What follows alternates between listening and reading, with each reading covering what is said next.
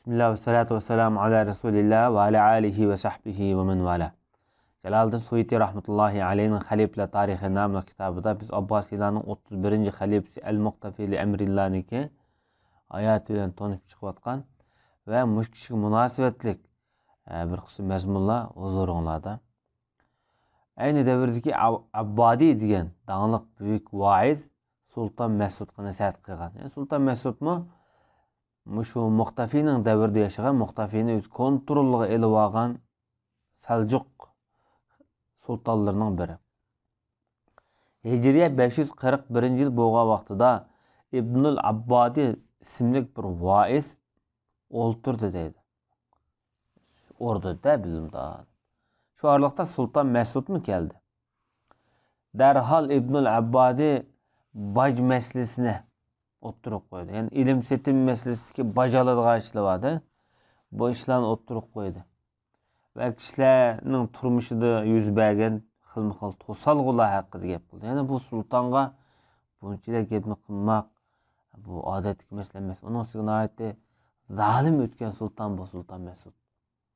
Andan mundaq dedi. Ey Sultanul Alem, sizler bir keçide bir sazendige Müslümanlardan ağan bajni beretiler. Bir yıllık bajni bir sazendik birla sizler. Meni bir ay sazendi dep oylusizlar, manga bersizlar. Mana bunu bir Allah için bir şükür dep bilsizlar. Dep şundaq dedi. Bunun maksidi yani özüge eriş emas. Şu arkalık kılgan kılmışının ne kadar kabihligini bildirmekçi. Şunun bilen Sultan Mesud bunun maqul dep şehirlerde bajni beka qildi. Jakal etti. Hatta bir taxtılağa xat yezip baj emelden qaldı degan xatlarni yezip şu taxtını şehrini aylandırıp şu daqıdunmaqni çağızıp şu Bağdat'ın koç-koçlariga şehirning muhim merkezleriga bunu maqlab qo'ydi. Bu taxtılar Nasir Lidinillah'ning zamoniga qadar tamladi tuğan bulup keyin En-Nasir Lidinillah bu taxtılarni elitish buyurup mundaq degan. Ajamlarning izlariga, asar atiqlariga biz hojat emas, muhtoj emasmiz degan. Yani buningdan Arab millatchilikka chiqib turibdi bu jihatda. Hicriyet 543 yıl boğan vaqtida Paranglar Damashqni muhosir qilib turgan paytlarda Nuruddin Mahmud ibn Zanki Damashqqa yetib keldi. Şu vaqtida Halepning valisi edi. Akisi G'azi Mevsilning valisi edi. Elhamdülillah Müslümanlar g'alaba qildi, Paranglar mag'lub bo'ldi. Nuruddin Zanki Paranglar bilan urush qilishni ve Müslümanlar şehirden burun egallab olgan zeminlarni qaytirilish uchun doim urush qilishga boshladi. Bu Nuruddin Zankilar keyingi Ayyubiylar davlatiniki asoschilar bo'ladi. Bular Selçuklar davrida nayat huquq tutgan. Hem Selçuklar ojizlashgandan keyin Selçuklar belgilgan bu valilar barbara bir-biri bilan to'qinish, bir-biri bilan hakimiyet talashish mesele vücuda çıkan. Hicriye 544 yıl boğan vaxtıda Mısır valisi Hafız Lidinillah hakimi ölgen bulup oğlu Ez-Zafir İsmail bunun ornağında hakim boğan. 544 yılı qattiq ig'ir bir yatavrash bo'ldi da Bağdat 10 qatımda silkinip tevrinip ketdi. Hatta şu yatavrashning tufaylidan Holvondagi bir tog' talqon parchalanib ketdi, yerilib ketdi deyilgan. 545 yil bo'lgan vaqtida Yemende bir qonliq yomg'ir yog'di. Hatta yer qonli holatda yo'llangan, nemlangan. Bu qonning izi kishilarning kiyimlaridimi bir iz paydo qilgan. Bu mu ig'ir mo'jizalarniki biri shu davrda. Xalifaning Sulton Mas'udga bir oy duo qilishi va Sulton Mas'udning vafoti. Hijriya 547-yil bo'lgan vaqtida Sulton Mas'ud o'ldi. Muqtafi Billaning vaziri Ibn Hubayraning deyishicha, Muqtafiga Mas'udning odamlari hurmatsizlik qilib, qo'l uzitib, til uzitib qilgandiki, Muqtafi ochiq oshkora qarshilashamidi.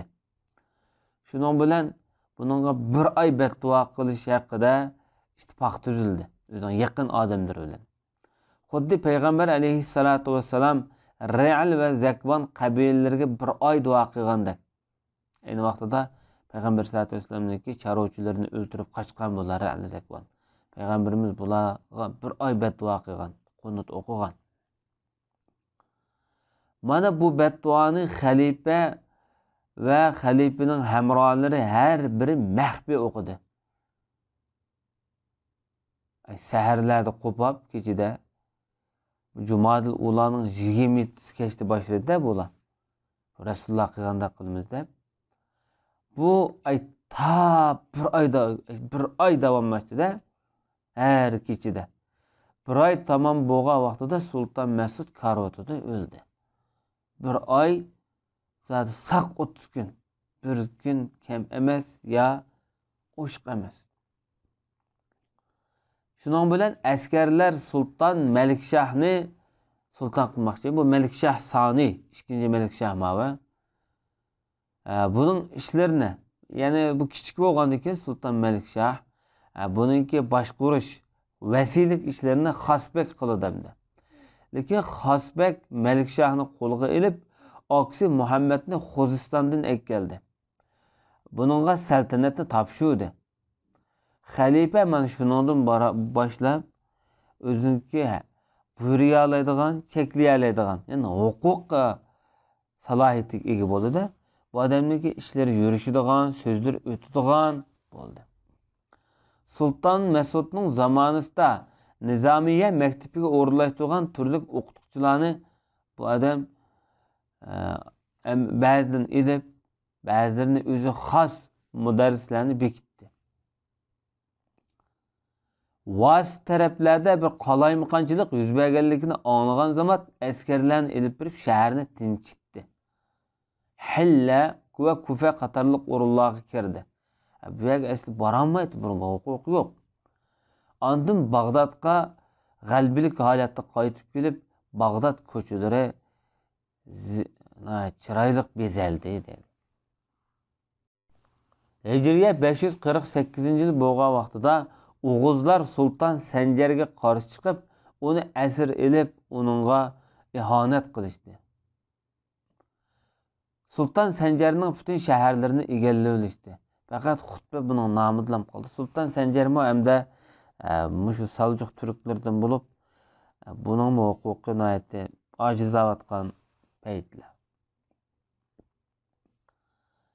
Amaliyotda ular bilan ma'nisiz huquq qoldi-da, huquq kuchi yo'q.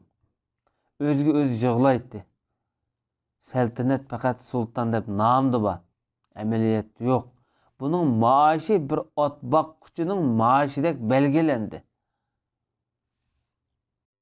Endi bu Sulton Sanjar Saljuq oilasidan uzun davr sürgan hokimiyat beshida. Bu adam amalikin shunda davlatni qaytadan tiklab kuchayman degan bo'lsa-mi, bir tarafdan Qarxonlar, Qirg'izlar, Qirg'izlar hamda ondan Xorazmshohlar, bu tarafdan masalan xalifalar, mushularning atrofidagi turli besimlar asosida qilib bu odamni O'g'uzlarniki hujumiga uchrab, oxiri davlatni birlik ekilanmagan. Hijriya 549-yil bo'lgan vaqtida Misr hokimi Az-Zafir Billah Ubaydi o'ldirildi. Buning o'g'li Foiz Isoni kichik bebek bola buni hokim qildi. Misrliklarning ishimi ojizlashdi, tugashdi. Muqtafi Nuriddin Zankiga yorliq tushirib, buni Misrga vali qilib bekitdi. Misrga mang deb buyruq tushirdi. Bu şu paytlarda paranglar bilan urush qilish bilan mashg'ul edi. Jihad qilishdan bu odam to'xtamaydigan, zerikmaydigan odam edi. Damashqqa mushu yilning o'zi safar ida Damashqni qo'lga olgan. Ya'ni paranglar buni egallab olgan. Nurg'un qo'rg'onlarni, sepillarni qilich bilan ba'zi amallik xatlar orqali Rim ziminlarini egalladi. Bu adamning podshohligi shundoq yukseldiki, buning nom shuhrati Iroq-Iroqlarga taradi. Muxtafi buningga yorliq avatib Misrga mang deb buni Malikul Adil deb laqab nom berdi. Muxtafiniki hamda hokimiyati nihoyat yo'g'ongan, kuchaygan bo'lib, shavkati oshdi. Qarshi muxolifatchilardan ustidan g'alaba qildi. O'ziniki buyrug'iga xilof qilgan turli taraflarni masalan bu odam birlik keldi. Demak bu odam shuningdan boshlab ishlari ro'noq tepib, kuchayib ta 555-yil Rabiul Avval sonida yakshanba kunida o'lib ketdi. Ve sallallahu ala nebiyina Muhammed ve ala alihi ve sahbihi ecmaîn.